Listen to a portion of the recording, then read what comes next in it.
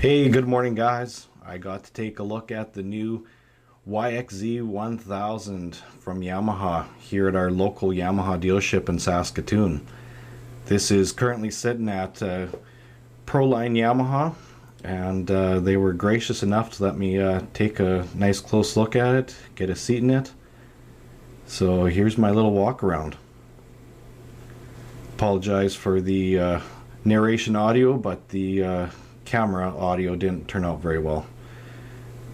So first little thing here is a little kind of waterproof cubby hole. This is something they have on a lot of the other Yamaha ATVs. It's dry storage, nice big cargo area. We've got the beautiful yellow plastics. I'm not a big fan of yellow plastics, but this is a 60th anniversary color. Yamaha has done all of their machines up in this color, kind of throwback to the 70s and 80s. There you see those massive Fox shocks sticking out through the hood, and I have been critical of the front end of this machine in the past, but I've got to say that when you see it in person, it's a very nice looking machine. Not a worry at all. Moving on to the interior, this is kind of what I was a little bit curious about. Seen lots of footage on the outside, but not actually got a chance to kind of see what it's like on the inside, and it is different when you experience yourself. Got your four-wheel drive indicator knob, and then your headlight knob there. Gear shifter, which to my surprise was actually attached to a gear linkage. I was thinking this was some sort of electronic thing, but when I shifted it there, it did actually shift out of gear. Tilt steering up and down. Gauge pack, there's the shift light. Here we've got a decent sized glove box. There's those elusive cup holders that people have been wondering about, only on the passenger seat by the feet for some reason. Lots of headroom, yellow stitch seats, center console, and it's under the center console that your air intake is. Interesting thing is, if you snorkel this machine, that it would only need to have the one air intake. Doors are very nicely built. Here I just let it go, boom, just slams nicely on its own.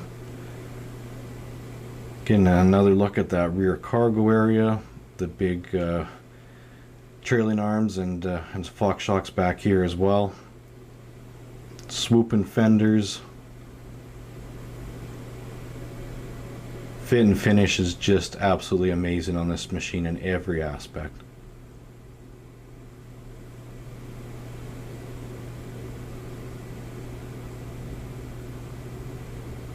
It's kind of neat when you see one of these machines sitting beside a Raptor. You know, all of the fender lines make a lot of sense because they really match. This is your reverse lever.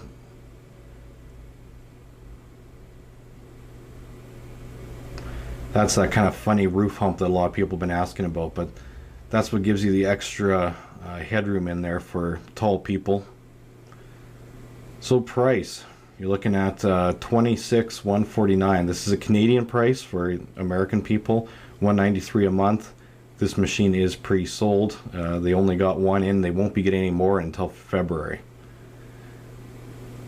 If you're the owner of this machine, thanks for letting me sit in it. They did have it all taped off and such, but they were gracious enough to let me get in there for this video.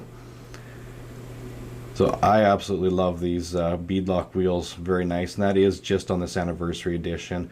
Got the very nice sloped header there. Not a lot of restrictions in the exhaust.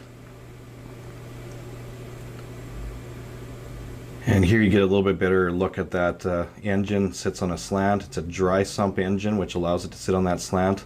Those lines going up are going to the oil tank, so there is no actual oil that sits in the engine. It all sits in this tank. Exhaust.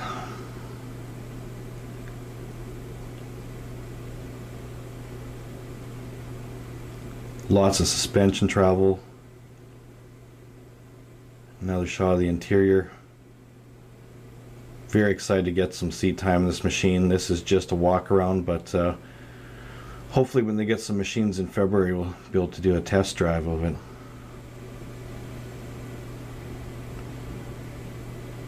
So when you actually get to take a look at this machine in person, dimensions, everything that very similar to Maverick or a Razor.